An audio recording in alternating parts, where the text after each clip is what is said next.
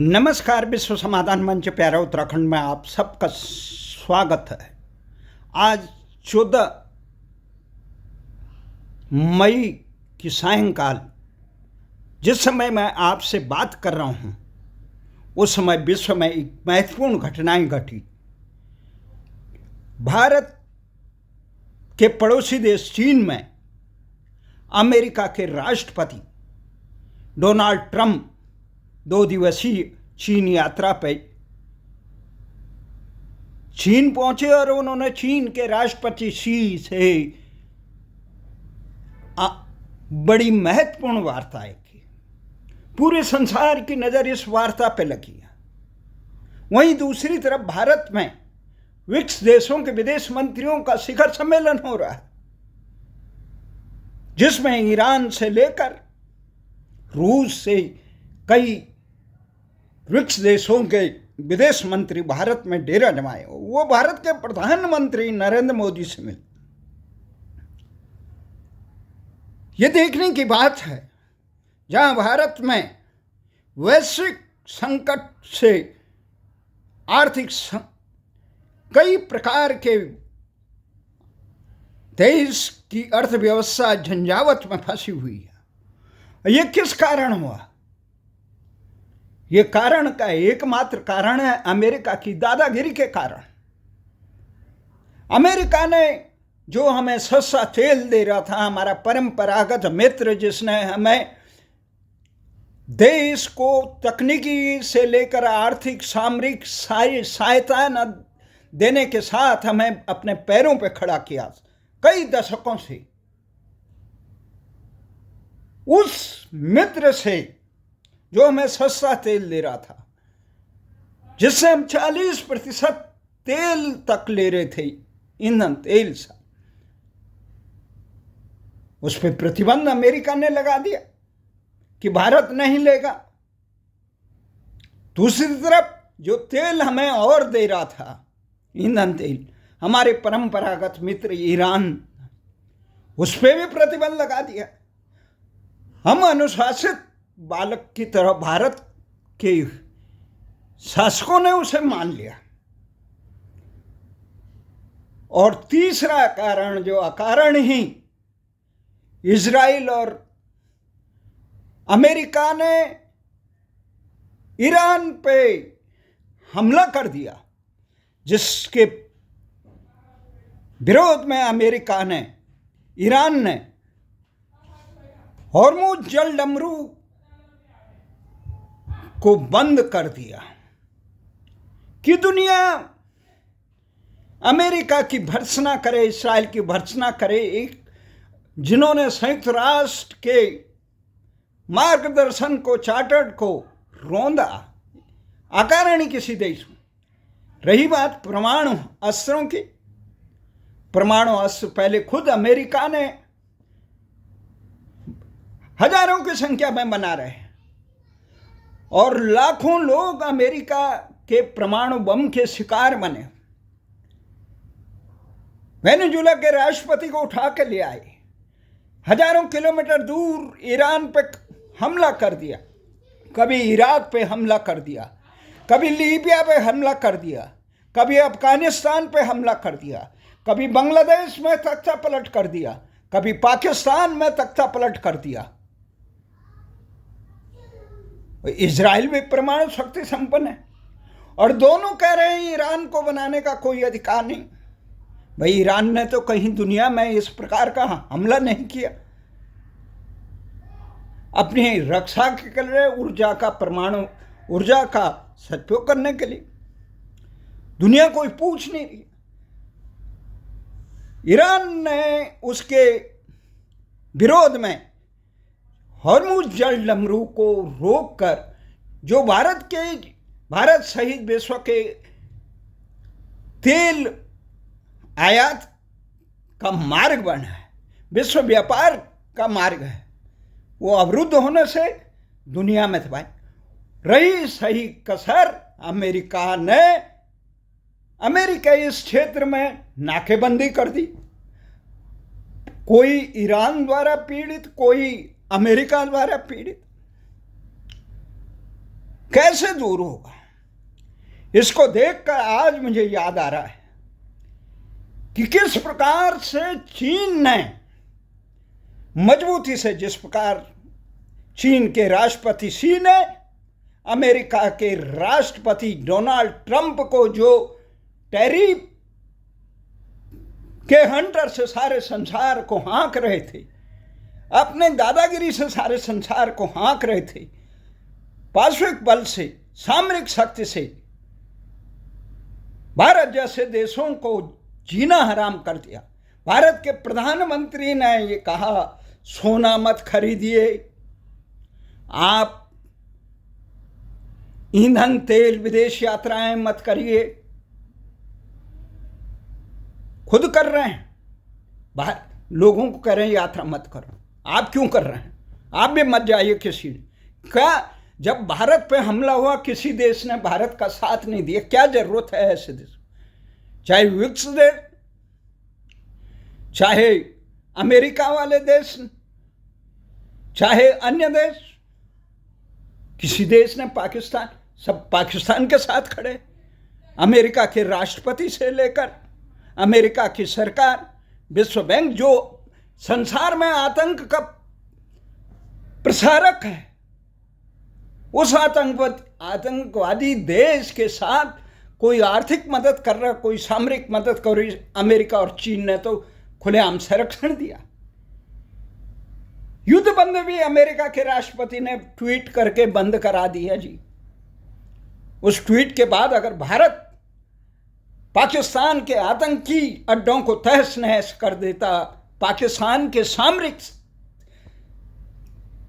अड्डों को तहस नहस कर देता, तो हमें लगता कि भारत ने वास्तव में मजबूती से काम किया। जिस प्रकार से इजराइल करता है, रूस कर रहा है, चीन कर रहा है, इजराइल कर रहा है, ईरान कर रहा है, अमेरिका कर रहा है।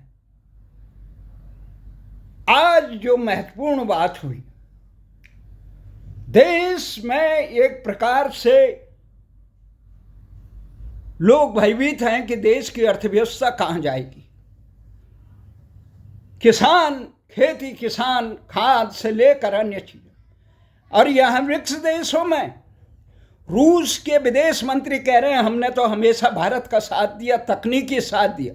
जो तकनीकी हमें फ्रांस से ये तमाम बड़े लड़ाकू विमान खरीदने के बाद भी वो कोड नहीं दिया हमें। रूस ने तो हमें ब्रह्मोस बनाने के लिए ताकत दी।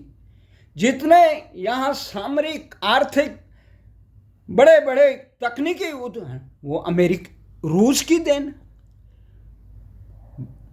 भारत को मिटाने के लिए तो अमेरिका पाकिस्तान के साथ में देकर भारत को तबाह करना चाह रहा था। पर इसके बावजूद देश के हुक्मरानों ने जिस प्रकार अमेरिका की बात मानी, अन्याय की बात मानी, वो अपने आप में, एक तो अमेरिका ने यूक्रेन के आत्मघाती राष्ट्रपति जेलेंस्की को उकसाकर रूस के खिलाफ नाटो के सदस्य का झांसा देकर रूस के खिलाफ खड़ा किया। उसको सबक सिखाने के लिए रूस ने हमला किया, तो पूरे नाटो देश इस यूक्रेन की मदद के लिए तैयार खड़े हैं। अमेरिका खड़े हैं, अपने अस्त्रों के बीच व्यापार कर रहे हैं और भारत को सीख दे रहे हैं कि आप भी रूस के खिलाफ, रूस से तेल मत लो, व्यापार मत करो, हमसे महंगे में भी व्यापार करो। इन सारी चीज़ों का, भारत की समस्याओं का, जहां भारत ने जब सस्ता तेल मिल रहा था, उस समय आपात कोष तेल का नहीं बनाया भारत ने। यहाँ 1 महीने का भी आपात कोष नहीं। वहीं चीन में 90 दिन का आपात कोष है। भारत 85% तेल का आयात करता है, 15% होता है। हमने ओएनजीसी से लेकर सहकारी क्षेत्र के जो हमारे उद्यम हैं, उनकी उत्पादनता नहीं बढ़ाई, इसका विकल्प नहीं किया। जिसमें सस्ता मिल रहा था न उसका फायदा आम जनता को दिया, सस्ता तेल नहीं किया, केवल कंपनियां बेचती रही, मुनाफा कमाती रही। और भारत में हर साल 700-800 टन सोना आयात किया जाता है।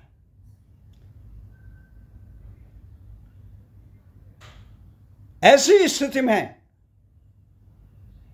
आम जनता को आर्थिक आशंका से ग्रसित है।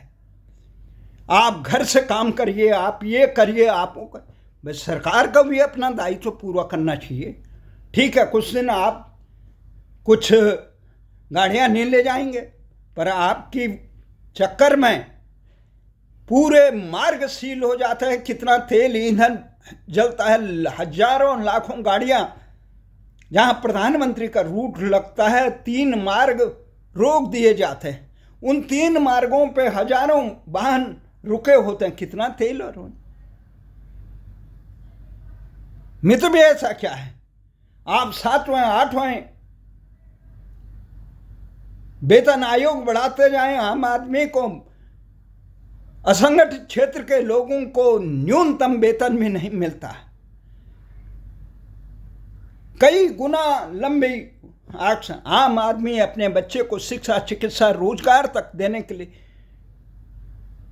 दे नहीं सकता। न्याय तो बहुत दूर की बात है, रोजगार तो बहुत दूर की बात है, शिक्षा चिकित्सा ही बहुत टेढ़ी खीर हो गई। ऐसी स्थिति में भारत को चाहिए, जो आज चीन के राष्ट्रपति शी ने अमेरिका के राष्ट्रपति के समक्ष 2 टूक शब्दों में कहा, चीन के हितों के लिए ऐसा ही अनुसरण भारत को करना चाहिए। अपने राष्ट्र के हितों के लिए, न्यायोचित मांगों के लिए मजबूती से उठना चाहिए। आखिर हम इतने दबने के बाद हमें क्या मिला? ना आत्मसम्मान न है, ना आर्थिक लाभ हुआ। अमेरिका का प्यादा जिसे विश्व बैंक से लेकर अंतर्राष्ट्रीय मुद्रा संस्थानों से अरबों खरबों का डॉलर उस पर निछावर करते हैं, वार्ता के लिए मध्यस्थ बनाते हैं, वो पाकिस्तान। और भारत आर्थिक विपदा झेले, दंश झेले। जहां रूस से, ईरान से सस्ता तेल मिल सकता है, उनको बंद करें। आज चीन ने मजबूती से कहा कि खबरदार, अमेरिका ने अगर ताइवान को हथियार दिए, ताइवान के मुद्दे पर टांग अड़ाई, तो ये टकराव हो सकता है। और ईरान वाले मामले में उन्होंने कहा, ईरान के राष्ट्रीय हितों के सम्मान करता है चीन, न्यायोचित समाधान के लिए हम तैयार हैं। पर चीन ने संयुक्त राष्ट्र संघ में मजबूती से ईरान पर इजराइल और अमेरिका द्वारा किए गए हमले की भर्त्सना की। वहीं भारत में जो ब्रिक्स विदेश मंत्रियों के शिखर सम्मेलन हो रहा है, उसमें ईरान ने ब्रिक्स सदस्यों से कहा कि ब्रिक्स सदस्य पर हमला हुआ, आपने संयुक्त राष्ट्र के मार्ग निर्देशन का खुला उल्लंघन हुआ, विश्व पर इतना आर्थिक संकट आया। कम से कम ब्रिक्स को निंदा तो करनी चाहिए इंसानियत के नाते। भारत के जमीर को जगाना चाहा, और उन्होंने कहा, रूस और ईरान ने कहा, आपके लिए तेल के दरवाजे हमारे यहाँ हमेशा खुले हैं। बंद तो आप ही ने किया अमेरिका के उसमें। तो ये चीजें हैं। चीन ने तमाम ये भी कहा कि जो आपने टैरिफ के दंश से पूरे विश्व को हाँकना चाहा, वो उचित नहीं है, व्यापार स्वतंत्र होना चाहिए। और उन्होंने अमेरिका की को 2 टूक शब्दों में कहा। इसलिए चीन आगे इसलिए बना, उसने अपने आर्थिक संस्थानों को, आर्थिक चाहे कारखाने हों, उनको उत्पादन बनाए, विश्व स्तर का बनाए, हम कहाँ खड़े हैं? हमारा आर्थिक ढांचा चरमरा गया है। उत्पादन, किसानों को किस प्रकार से असुविधा हो रही है हमारी नीतियां कमजोर होने के कारण। हम रूस और ईरान से खाद और तेल ईंधन नहीं ले पा रहे हैं। अमेरिका के, हमें चाहिए कि एक व्यक्ति के हित में राष्ट्र के नीतियां नहीं बननी चाहिए। किसी व्यक्ति को बचाने के लिए राष्ट्र के हितों को दांव में नहीं लगाना चाहिए। ये चीन से सीखना चाहिए, रूस से सीखना चाहिए, ईरान से सीखना चाहिए। अपने सम्मान के लिए सब कुछ बलिदान करने के लिए तत्पर रहे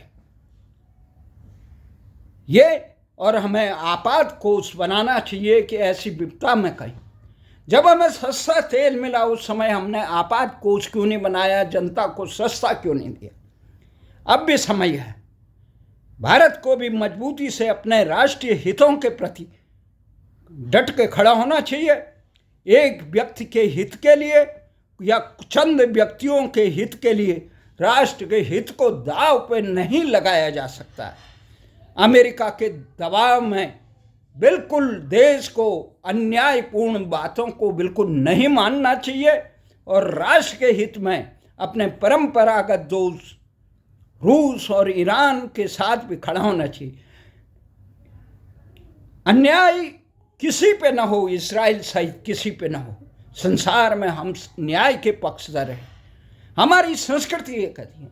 इसलिए भारत को चाहिए भारतीय संस्कृति के आत्मसात करके पूरे संसार के कल्याण के लिए मजबूती से खड़े हों। जय हिंद, जय भारत।